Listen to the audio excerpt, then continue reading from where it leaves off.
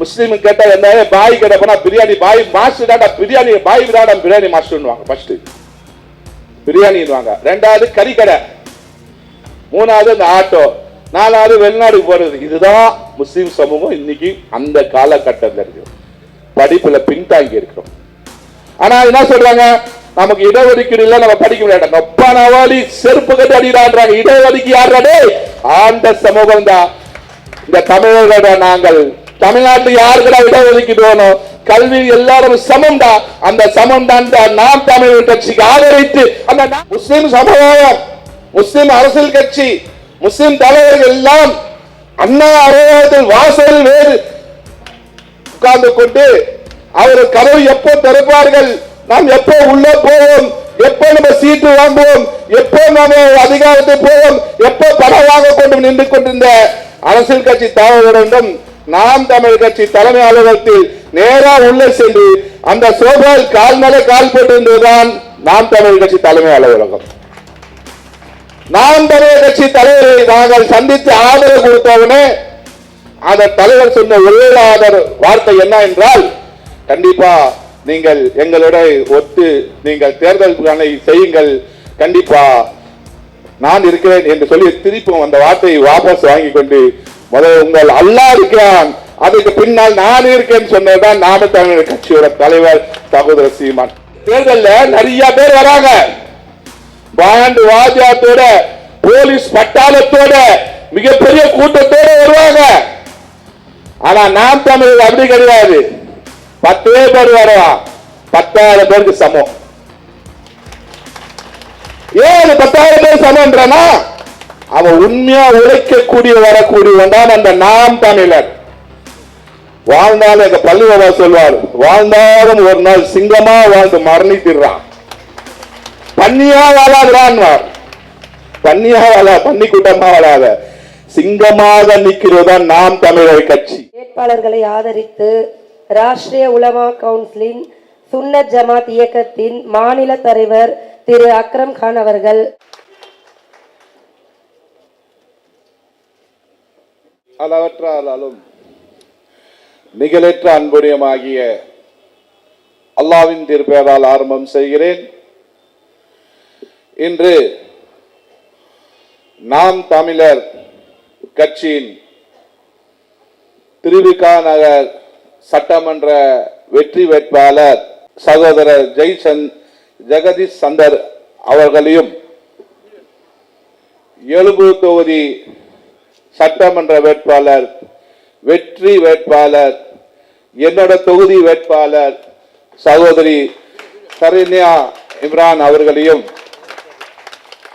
வில்லிவாக்கம் சட்டமன்ற தொகுதியின் கதாநாயகி ஒரு விஷயம் சொன்னாங்க, ஒரு போராட்ட குணத்தில் போலீஸை தள்ளிவிட்டு முன்னாடி போய் நின்று போராட்டத்துக்கு முன்னே தலைமை ஏற்று நடத்தி கொண்டிருக்கும் இந்த வெற்றி வேட்பாளர் சகோதரி ரோஷன் அவர்களையும், இந்த வாக்குகள் சேகரிக்கும் கூட்டத்தில் வந்திருக்கும் சகோதர சகோதரிகளும் உங்கள் மீதும் என் மீதும் இறைந்த சாந்தியும் சமாதானம் உண்டாகட்டும். ராஷ்டிரிய உலமா கவுன்சில் நாம் தமிழர் கட்சிக்காக ஆதரவு கொடுத்து தமிழகம் முழுவதும் கட்சி நிர்வாகிகளும் நாங்களும் பிரச்சாரம் செய்து கொண்டிருக்கிறோம். ஏனென்றால் இன்றைக்கு நாம் தமிழர் என்றால் தமிழ்நாட்டில் தமிழை நிமிர்ந்து நடத்தக்கூடிய ஒரே கட்சி நாம் தமிழர் தான். அது தலைமை ஒருங்கிணைப்பாளர் சகோதரர் அண்ணன் சீமான் அவர்கள் தான். ஏன் இந்த விஷயம் இங்கே பதிவிக்கிறேன் என்றால், அரசியல் என்றாலே எல்லாமே பணம் சம்பாதிக்கதான் அரசியல் வராங்க. யாரோ மக்களுக்கு சேவை செய்யக்கூடிய சொல்லுங்க, இப்ப இருக்க அரசியல் காலத்துல யாரும் கிடையாது. அந்த காலத்தை எடுத்துக்கலாம், காகிதம் இல்லத்து காமராஜர், இது மாதிரி சில தலைவர் நம்ம சொல்லலாம். ஆனால் இந்த காலத்தில் எடுத்துக்கொண்டால் தன் பதவிக்காகவும் பணத்துக்காகவும் அதிகாரத்துக்காகவும் அரசியல் கட்சி நடத்தி கொண்டிருக்கும் தான் தலைவர்களாக இருக்கார்கள். இந்த மக்களுக்காக, மண்ணுக்காக, நாட்டுக்காக குரல் கொடுக்க எந்த தலைவரும் கிடையாது. அது ஒரே தலைவர், நல்ல தலைவர், நாம் தமிழர் கட்சியின் தலைவர் அண்ணன் சீமான் அவர்கள் என்ற ஒரே நோக்கத்தோடு தான் ராஷ்டிரிய உலமா கவுன்சில் நாங்கள் ஆதரவு தெரிவித்து நாங்கள் கண்டிப்பாக எங்க கொள்கைக்கும் நாம் தமிழர் கொள்கைக்கும் ஒற்று போகிறோம் என்ற ஒரே நோக்கத்தோடு நாம் தமிழர் கட்சிக்கு நாங்கள் ஆதரவு கொடுத்து நீ பிரச்சாரம் செய்து கொண்டிருக்கிறோம்.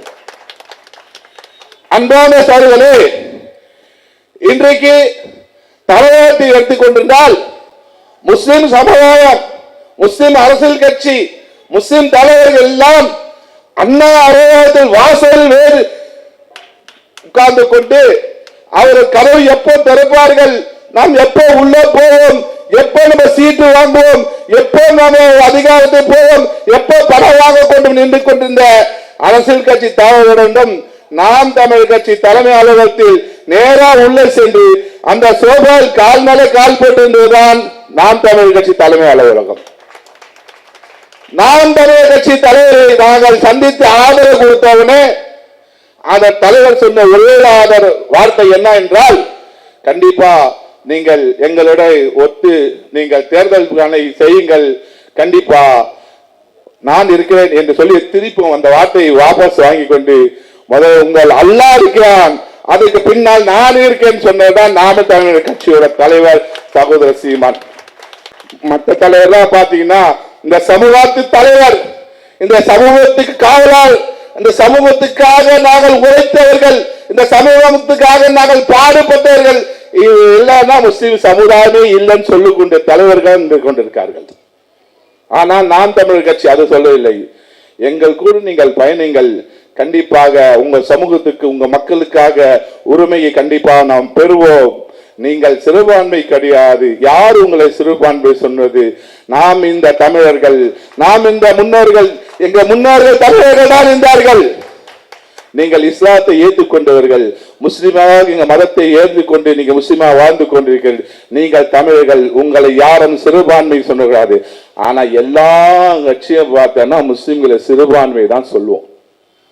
ஆனா ஒரே கட்சி தான் சிறுபான்மை இல்லை, நாம் எல்லாம் சமம், நாம் எல்லாம் ஒன்றாக சொல்வதற்கு ஒரே கட்சி தான் நாம் தமிழர் கட்சி. ஆனால் இந்த கட்சியில கத்துக்கிட்டீங்கன்னா சரிசமமா இருக்கு பாருங்க. பெண்களுக்கு 117 சீட்டு, ஆண்களுக்கு 117 சீட்டு. ஆனா எதனா கட்சியில நீங்க பார்த்திருக்கீங்களா? கிடையாது. அவங்க அப்பா இருப்பான், அவங்க அப்பனுக்கு அவங்க புள்ள வருவான், புள்ளனுக்கு பேரா வருவான், பேரனுக்கு பேத்தி எங்கன்னா நிற்கும், அவங்களுக்கு தான் சீட்டு. ஆனால் நாம் தமிழருக்கு ஒழிக்கிறதுக்காக சரண்யாவும் ரோஷனும் ஜெயசன் சந்திரன் இன்றைக்கு உங்களோடு நிற்கிறார் என்றால் இந்த மண்ணுக்காக, இந்த மக்களுக்காக எந்த சேவை செய்ய தயார் என்ற நோக்கத்தில் தான் நிற்கிறார்கள். உங்களோட வாக்குறுதியை கொண்டிருக்கிறார்கள். தலைவரோட விஷயம் சொல்வார், ஒரு கூட்டத்தை நான் வீடியோல கேட்டிருக்கேன். நீங்க ஓட்டு போட்டா போடுங்க, போடாட்டி போங்கடான்னு சொல்லி போவாரு. ஏன்னா ஓட்டுக்கு பிச்சை கேட்கல, உரிமை கேட்கிறார். இந்த மக்களுக்காக போராட்டக்கூடிய குடும்பமே நாங்கள் இருக்கிறோம்.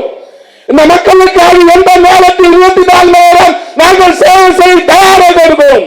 நீங்கள் எங்களுக்கு ஆட்சி அதிகாரத்தை கட்ட நீங்கள் உட்கார வைக்க மாட்டோம் என்று உரிமை கேட்கிறார், தவிர உங்களோட பிச்சை கேட்கவில்லை. இன்னைக்கு எல்லாமே அம்மா உதயசூரத்துக்கு ஓட்டு போட்டுருங்க, ரெட்டாலைக்கு ஓட்டு போட்டுங்க, தாமரைக்கு ஓட்டு போட்டுருங்க, இப்ப விசிலுக்கு ஓட்டு போட்டுங்க அப்படின்னு தான் எல்லாம் சொல்லியிருக்காங்க.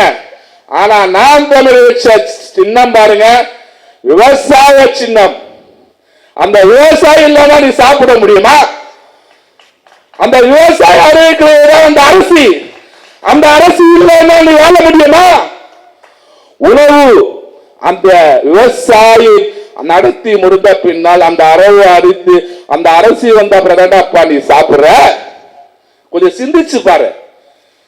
இந்த வரக்கூடிய தேர்தல்ல நிறைய பேர் வராங்க, பாண்டு வாஜாத்தோட போலீஸ் பட்டாளத்தோட மிகப்பெரிய கூட்டத்தோட வருவாங்க. ஆனா நாம் தமிழர் அப்படி கிடையாது. 10 பேர் வருவான், 10,000 பேருக்கு சமம். ஏன் 10,000 பேர் சமம்ன்றனா அவன் உண்மையா உழைக்கக்கூடிய வரக்கூடியவன் தான் அந்த நாம் தமிழர். வாழ்ந்தாலும் எங்க பள்ளிவாசா சொல்வார், வாழ்ந்தாலும் ஒரு நாள் சிங்கமா வாழ்ந்து மரணித்திடுறான், பன்னியா வாழாதுறான். பன்னியாக பன்னி கூட்டமா வராத, சிங்கமாக நிற்கிறதா நாம் தமிழர் கட்சி. இந்த சிங்க குட்டிகளுக்காக எதுவும் தயாராக போராட்ட குணம் நிற்கிறதா நாம் தமிழர் கட்சி. அந்த நாம் தமிழர் கட்சி தான் இந்த களத்தில் நின்று உங்களோட வாக்கு கேட்டுக்கொண்டு வருகிறார்கள். சரண்யா நான் விசாரிச்சேன், எங்க வீட்டு பின்னாடிதான் இருக்காங்க, என் தொகுதியில பின்னாடிதான் இருக்காங்க. அவங்க பெரிய கோடீஸ்வரம் கிடையாது. நீங்க எந்த நேரத்தில் அவங்க கழுவு தட்டாலும் ஓடி 10 நிமிஷத்துக்கு நிற்கக்கூடியவதான் அவங்க. சொல்லுங்க. ஆனா அந்த வேட்பாளருக்கு போடுவீங்களா? இல்ல இதுக்கு முன்னாடி பரந்தராமன் திமுக வெற்றி பெற்றிருந்தாரு, அந்த திமுக சின்னத்தை உதயசிவத்துக்கு போடுவீங்களா? அந்த சரண்யாக்கு நல்லா தெரியும் தொகுதியில என்னென்ன பிரச்சனை இருக்கு என்று. இந்த இளமூர் தொகுதி எதிர்த்து என்னோட வீடு, என்னோட வீட்டுல காவா தண்ணி வரும். காவா தண்ணி குடிக்க முடியாது, குளிக்க முடியாது, தொழுக முடியாது. அப்போ கார்பரேஷன் அலுவலக கம்ப்ளைண்ட் பண்ணா கூட ரெஸ்பான்ஸ் கிடையாது.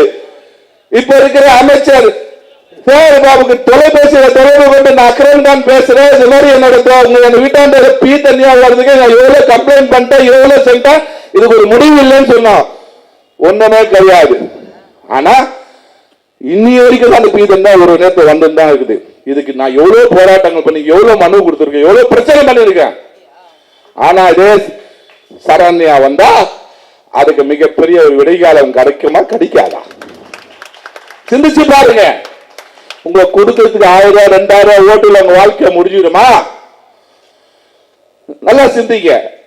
உங்களுக்கு கொடுக்கிற பரிசு பணத்துல, உங்க கொடுக்கிற ஃப்ரீ பஸ்ல உங்களோட வாழ்க்கை எல்லாம் முடிஞ்சிடுமா?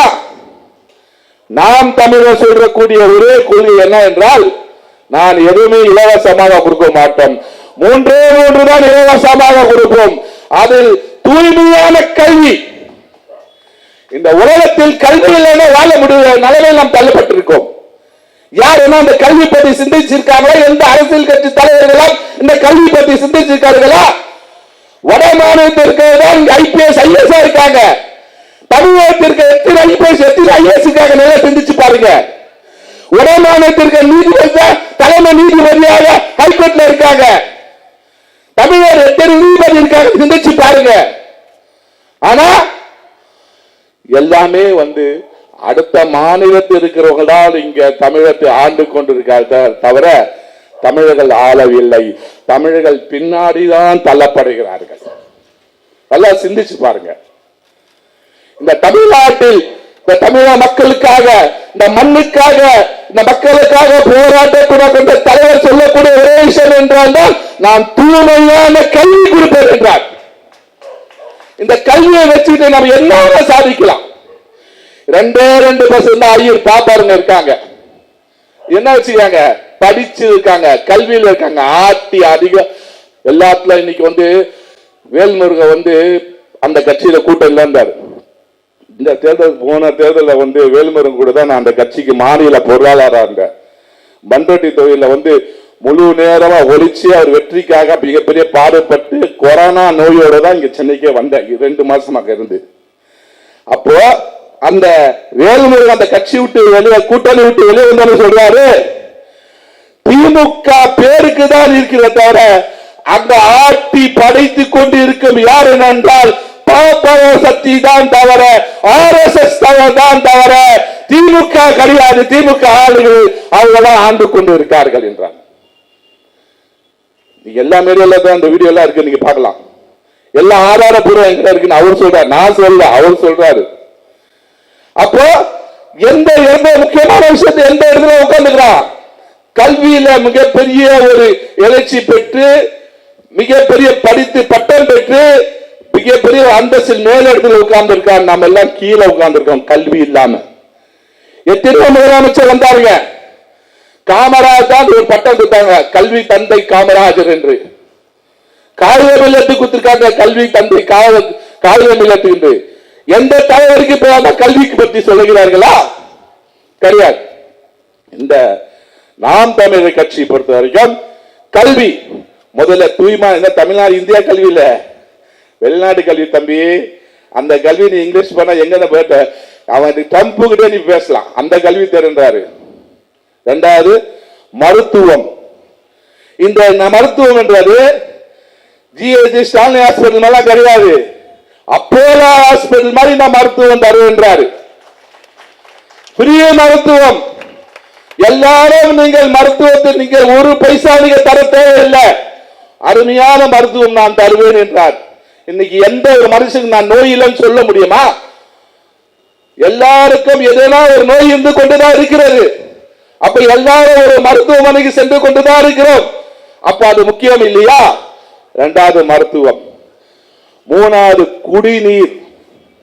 இந்த நம்ம புலாந்தோப்புக்கு பீ தண்ணி மாதிரி குடிநீர் தான் கிடையாது, தூய்மையான குடிநீர் என்றாரு. இளநீர் அந்த தண்ணி குடிச்ச மாதிரி நான் குடிநீர் தருவேன் என்றாரு. இது மூணு தான் இலவசம். அதுக்கப்புறம் என்ன சொல்றாரு? நான் ஆட்சி அமைந்தால் ஒரு வீட்டில் இருக்க படித்தவர்கள் இருந்தாலும் படிக்காதவர்கள் இருந்தாலும் அவர்களுக்கு அரசு வேலை வாய்ப்பு என்றாரு. அரசு கவர்மெண்ட் ஜாப் நீங்க சொன்னாதான் புரியும். அதை நம்ம வந்து பேசினா தெரியாது. கவர்மெண்ட் ஜாப், நான் வந்து கவர்மெண்ட்ல உங்களுக்கு வேலை தருவேன்றாரு. சரிங்களா? இதெல்லாம் வந்து எந்த தேர்தல் அறிக்கையில இருக்குது?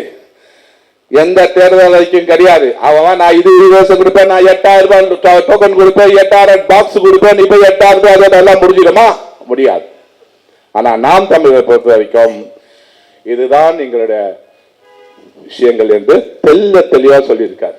இதுதான் நாம் தமிழர்களுக்கு கொண்ட விஷயத்துல நாம் ராஷ்டிரிய உலமா கவுன்சில் போய் ஆதரவு கொடுத்து ராஷ்டிரிய உலமா கவுன்சில் சார்பாக தமிழகம் முழுவதும் கூட சேர்ந்து நாங்கள் தேர்தல் பணி செய்து கொண்டு அந்தந்த கூட்டத்தில் நாங்கள் பிரச்சாரம் செய்து கொண்டு இருக்கிறோம். ஏனென்றால் எங்கள் சமூகத்தில் எங்க மக்கள் இன்னைக்கு கல்வியில் நாங்கள் பின்தாங்கி இருக்கிறார்கள்.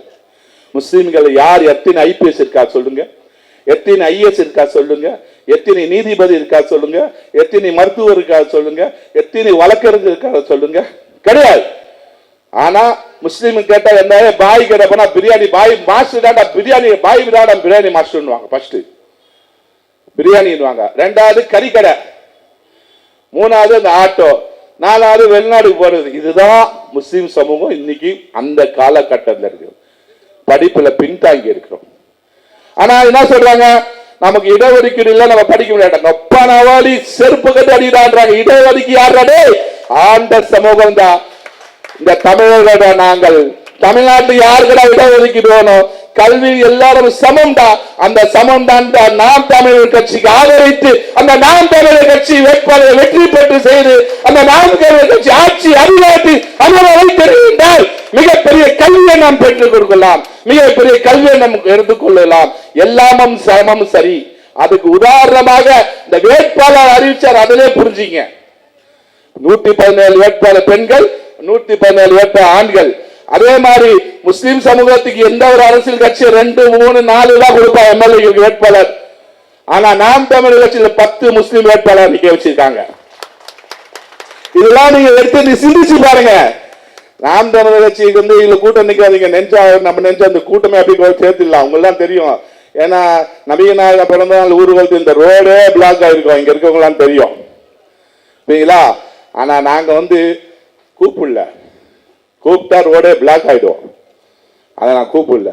நானா சிங்கர் அங்க போய் பேசினேன்.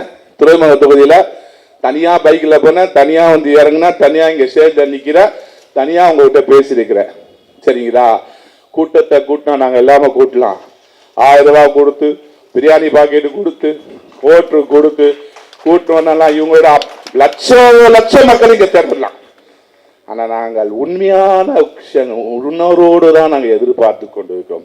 அந்த உணர்வோடு கூட்டம் தான் நாம் தமிழர் கூட்டம். அந்த நாம் தமிழர் கூட்டத்தை முன்னாடி நான் நின்று பேச மிகப்பெரிய சந்தோஷம், பெருமைப்படுகிறேன். ஆனால் இன்றைக்கு ஆண்டு கொண்டிருக்க திமுக அரசு இஸ்லாமியர் பாதுகாப்பு அரசு சொல்றாங்க. கிடையாது. இஸ்லாமியர்களை முஸ்லிம்களை தீவிரவாதி சொன்ன அரசு தான் திமுக அரசு. முஸ்லிம்களை பொய் வழக்கில் தன்னதா திமுக அரசு. முஸ்லிம்களை இரும்பு கரம் கொண்டு அடுக்கும் சொன்னதா திமுக அரசு. எப்படி நீங்க பாக்குறீங்களா? கோவையில் மிகப்பெரிய ஒரு கலவரம் நடந்தது. அந்த கோவை கலவரம் அரசு அன்று திமுக அரசு சுலபமாக அந்த பிரச்சனை முடிச்சிருக்கலாம். அது முடிக்கல. அன்றைக்கு அங்கே இருந்த அதிகாரிகள் பேசிக்கொண்டு அந்த உக்கடம் என்ற ஊரில் போலீஸ் போர்ஸ் எடுத்துன்னு போயிட்டு அந்த மக்களை கைது செய்கின்ற போரில் லட்டிச்சார்ஜ் நடத்தி அங்க இருக்கிற மக்களை குருவி சுடுற மாதிரி சுட்டு 19 பேரை சுட்ட அரசு தான் திமுக அரசு. இது முஸ்லிம்கள் பாதுகாப்பு அரசா? சரி, முஸ்லிம்களை 19 பேரை சுட்டு முடிஞ்சவன முஸ்லிம்களை சூறாடினாங்க. RSS காரங்க முஸ்லிம்களை எடுத்த முஸ்லிம்களை கடைய முஸ்லிம்களை வீட சூறையாட்டாங்க. அப்போ வேடிக்கை பார்த்து கொண்டு வந்தாங்க திமுக அரசு. இதுதான் முஸ்லிம்கள் பாதுகாப்பு அரசா? சிந்திச்சு பாருங்க. அப்போ ஆயிஷா ஆரிஃபா இந்த 2 பெண்மணியை தேர்ந்த பேருக்காக ஒட்டுமொத்த சமுதாயத்தை இழிவுபடுத்தும் தான் அந்த திமுக அரசு.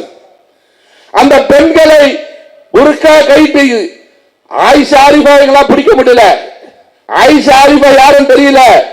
ஆயிஷா ஆரிஃபா நாங்கள் பிடிக்கிறோம் சொல்லிட்டு முஸ்லிம் பெண்கள் ரோட்ல போறதா சோழ என்ற பேரை உள்ள கூப்பிட்டு புர்காலா அவுத்து செக் பண்ணி அவங்களை அசிங்கப்படுத்தி கேவலப்படுத்தி பண்ணதுதான் இந்த திமுக அரசு. அப்புறமா முஸ்லிம்கள் தீவிரவாதிகள் நாங்க தேர்தல் சொல்லி ஒரு முஸ்லிம் வீடுகளை இதே புலையந்தேவி இதே தாசமகான் இல்ல உள்ளெல்லாம் போலீஸ் வீடு வீடா வந்து சோதனை என்ற பேரு வீட்டுக்குள்ள பூந்து அராஜகம் பண்ணத திமுக அரசு. அதுக்கு பின்னால் முஸ்லிம்களை நாங்க தீவிரவாதி தேர்தல் சொல்லி பூட்ஸ் காலோட ஒரு பள்ளிவாசல் உள்ள பூந்து சோதனை என்ற பேரில் இளைஞர்களை பிடித்து பொதுவழக்கில் போட்டு அந்த திமுக அரசு. முஸ்லிம்களை தீவிரவாதி இரும்பு கரம் கொண்டு அடக்குவோம் சொல்லிட்டு சட்டசபையில் அன்றைக்கு இந்த அமைச்சர் சட்ட அமைச்சர் ஆல்ரெடி அரணா அறிவித்தார். இரும்பு கரம் கொண்டு அடக்குவோம் முஸ்லிம்கள் தீவிரவாதி சொன்னதான் இந்த திமுக அரசு. இந்த திமுக அரசு முஸ்லிம்களுக்கு நல்லது செய்யக்கூடிய அரசா? அப்போ தமிழ்நாடு முஸ்லிம் முன்னேற்ற கழகம் என்று ஒரு அமைப்பு உருவாக்கி கொண்டிருந்தது. இப்போ அண்ணா அலுவலகத்தை போய் நின்று வேடிக்கை 2 சீட் பிச்சை எடுத்து வந்திருக்காங்க. அன்றைக்கு தமிழ்நாடு முஸ்லிம் முன்னேற்ற கழகத்தை அந்த அமைப்பை சட்டசபையில் தீவிரவாதி அமைப்பு என்று அறிவித்ததான் இந்த திமுக அரசு. உங்களுக்கு வெட்கம் இல்லடா? உங்களை தீவிரவாதி சொன்னா உங்க மேல பொய் வழக்கு போட்டா உங்களால ஜெயிலுக்கு அமைச்சா எத்தனை இளைஞர்கள் வாழ்க்கை சீரு சின்னமாக ஆக்குனா அன்னைக்கு இந்த திமுக அரசு கருணாநிதி அரசு. அன்றைக்கு அந்த அப்பாவி முஸ்லிம்களை விடுதலை செய்ய சொல்லி மிகப்பெரிய ஒரு போராட்டத்தை அறிவித்தோம்.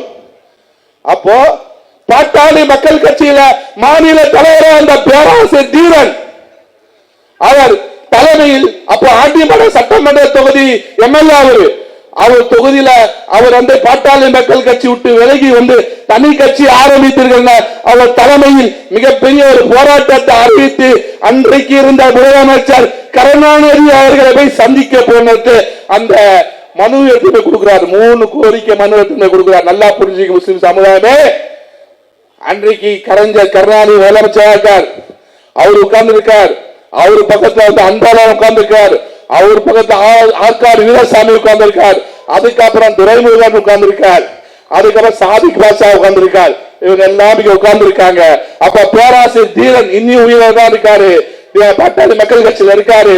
அவர் போய் அந்த மனு கொடுக்கிற முதலமைச்சர் கூட நானும் அவர் கூட பெற்று இருக்கிறேன்.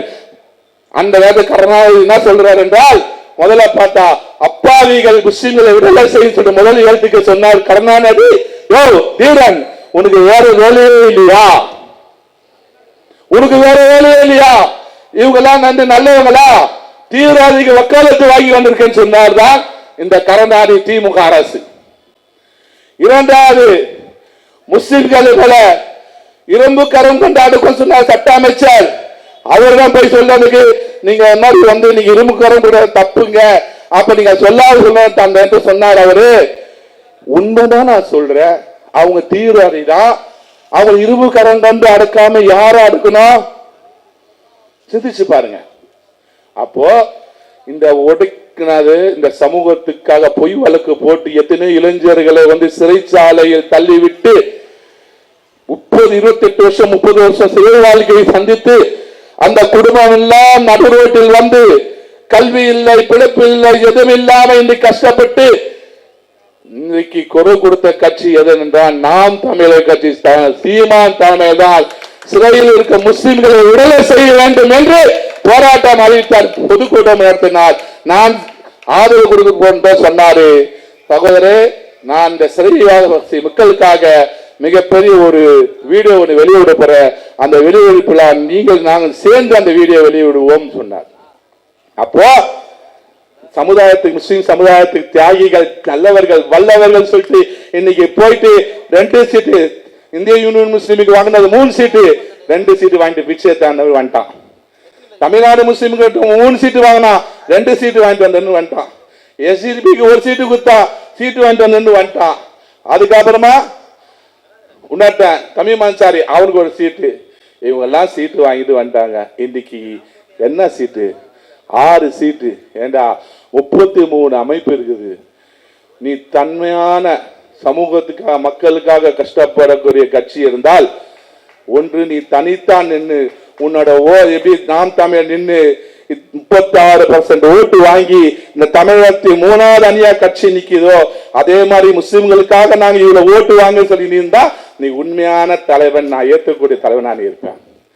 நீ வைத்து வளர்க்கறதுக்கு பதவிக்கு ஆசைப்பட்டு நீ போய் அந்த அன்னாருவத்தை பிச்சை எடுத்து வந்து இந்த சீட்டு வாங்கி வந்திருக்க, மிக கேவலமா இருக்குது. ஆகையால் நான் என்ன சொல்லுகிறேன் என்றால், ராஷ்டிரிய உலமா கவுன்சில் ஒரு அரசியல் கட்சி. நீங்கள் இந்த மக்களுக்காக, இந்த ஏரியா மக்கள் நீங்க நல்லா இருக்குன்னு நினைச்சிருந்தீங்கன்னா, உதயசீரன் ரெட்டல தள்ளிவிட்டு ஒரு வாய்ப்பு கொடுங்க. அந்த ஒரு வாய்ப்பு கொடுத்து அவங்களை வெற்றி பெற வைத்து அவங்க என்ன சேவை செய்யறாங்க பாருங்க. ஏன்னா எந்த நிமிஷமும் சரண்யா நம்ம சந்திக்கலாம், எந்த நிமிஷமும் ஜெகதீஷ் சந்திர நம்ம சந்திக்கலாம், எந்த நிமிஷம் போராட்ட குணத்துக்கு நம்ம ரோஷனியை கூப்பிட்டு நம்ம போராட்ட ரோட்ல நின்று நடத்தலாம். அடுத்தது நான் வந்து இந்த தண்ணி பிரச்சனை ரோஷனியை தான் இந்த ரோடுக்கு மறியலுக்கு கூப்பிட போறேன் இன்ஷா அல்லாஹ். இங்க இருக்க போலீஸ் ரொம்ப இது பண்றாங்க, நான் ஒதுங்கிறப்பா, அங்க ரோஷினி வருவாங்க, போலீஸ் இருக்கு, நீங்க இருக்கு, பாத்துங்க சொல்லிட்டு நான் ஒதுங்கி நிக்க போறேன். ஏன் இந்த விஷயம் சொல்றேன்னா, மக்கள் பிரச்சனைக்காக எதுவும் தியாகம் செய்ய தயாராக இருக்கிறோம் நாங்கள். இந்த மக்களுக்காக, மண்ணுக்காக நாங்க நினைச்சிருந்தா எதிரையோ போய் எப்படியோ வாழ்ந்து எப்படியோ போயிருக்கலாம். வேண்டாம், வாழ்ந்தாலும் பேரோடு சரித்தோட்டோ வாழணும். நாளைக்கு மரணித்தாலும் இந்த ஊர் மக்கள் சொல்றோம், நல்ல மனிதன் இறந்து விட்டால் இந்த மனிதனுக்காக நாங்க 5 நிமிஷம் பிரார்த்தனை செய்யறோம் என்று சொன்னோம். அதுதான் நல்ல மனிதனுக்கு அழகு. அந்த இதுதான் நாங்க எதிர்பார்க்கிறோம். தவிர காசு பணம் எப்படி வேணாலும் சம்பாதிக்கலாம், எந்த வழியாலும் சம்பாதிக்கலாம், எந்த விஷயமான சம்பாதிக்கலாம், அது எங்கள் தேவையில்லை. கொள்கை கோட்பாடு தான் தேவை. எங்கள் மக்களுக்கு கல்வி தேவை. எங்க வரக்கூடிய ஜெனரேஷன் மிகப்பெரிய IPS, IAS, கலெக்டர், நீதிபதியா இருந்து வளர்க்கிறவங்க மிகப்பெரிய சக்தியை திரட்ட வேண்டும். எங்க சமூக தலைவருக்கு யாரும் சரியில்லை. ஆனால் நாம் தமிழர் கட்சி தலைமையில் மிகப்பெரிய ஒரு எழுச்சி இருக்கிறது. நாம் தமிழர் கட்சியில் கல்வி இருக்கிறது. அப்ப நாம் தமிழர் கட்சி ஆட்சி அதிகாரத்துக்கு வந்தால், MLA MP வந்தால் மிகப்பெரிய நம்ம கல்வி கிடைக்கும் என்ற நோக்கத்துடன் நாம் தமிழர் கட்சிக்கு ஆதரவு தெரிவித்துக் கொண்டு நாம் தமிழர் கட்சிக்காக நாங்கள் உழைத்துக் கொண்டிருக்கிறோம். நாம் தமிழர் கட்சி வேட்பாளர்கள் விவசாய சின்னத்தில் வாக்களித்து ஒரு வாய்ப்பு கொடுத்து பாருங்க. எத்தனை பேருக்கு வாய்ப்பு கொடுத்தீங்க? விவசாய சின்னத்துக்கு ஒரு வாய்ப்பு கொடுத்து பாருங்க. சீமான ஒரு வாய்ப்பு கொடுத்து பாருங்க. நீங்கள் இன்றைக்கு இதே முதலமைச்சர் போறாரு, ரோடெல்லாம் பிளாக் பண்ணிடுறாங்க, அவ்வளவு போலீஸ் வர்றாங்க. ஆனா சீமான் தமிழ்நாடு முழுவதும் சுற்றுறாரு, கூட ஒரு போலீஸ் இல்ல. நேற்று வந்த தலைவருக்கு பின்னாடி 2 கண்ணு. ஆனா மிகப்பெரிய ஒரு தலைவர், ஒரு கட்சியின் தலைவர், கொள்கை தலைவர், அவர் தனி மனிதனாக சுற்றுறார். என்ன மாதிரி அவரை நம்ம சந்தோஷப்படுறோம். ஆனால் எளிமையான தலைவர் எப்போ வேணாலும் சந்திக்கலாம், கொள்கை தலைவர் எப்போ வேணாலும் சந்திக்கலாம், போராட்ட குண தலைவர் எப்போ வேணாலும் சந்திக்கலாம், மக்கள் பிரச்சனைக்காக கொள்கை தலைவர் எப்போ வேணாலும் சந்திக்கலாம். அவர்கள் பணத்துக்கு பதவிக்கு ஆசைப்பட மாட்டார்கள், மக்களுக்காக தான் கோலப்படுவார்கள், மக்கள் சிந்தனைக்காக யோசித்துக் கொண்டிருக்கிறார்கள், மக்களுக்காக 24 மணி வாழ்ந்து கொண்டிருப்பார்கள். அதுதான் நாம் தமிழர் கட்சி. அந்த நாம் தமிழர் கட்சியின் தம்பி தங்கைகளுக்காக விவசாய சின்னத்தில் மிகப்பெரிய வெற்றி வாய்ப்பு தர வேண்டும் என்று பணியன்போடும் பாசத்தோடு அன்போடும் கேட்டுக்கொண்டு வாய்ப்பு அளித்த வல்ல ரஹ்மானுக்கு நன்றி கூறிய எழுத்துக்கிறீங்க. அஸ்ஸலாமு அலைக்கும் வரஹ்மத்துல்லாஹி.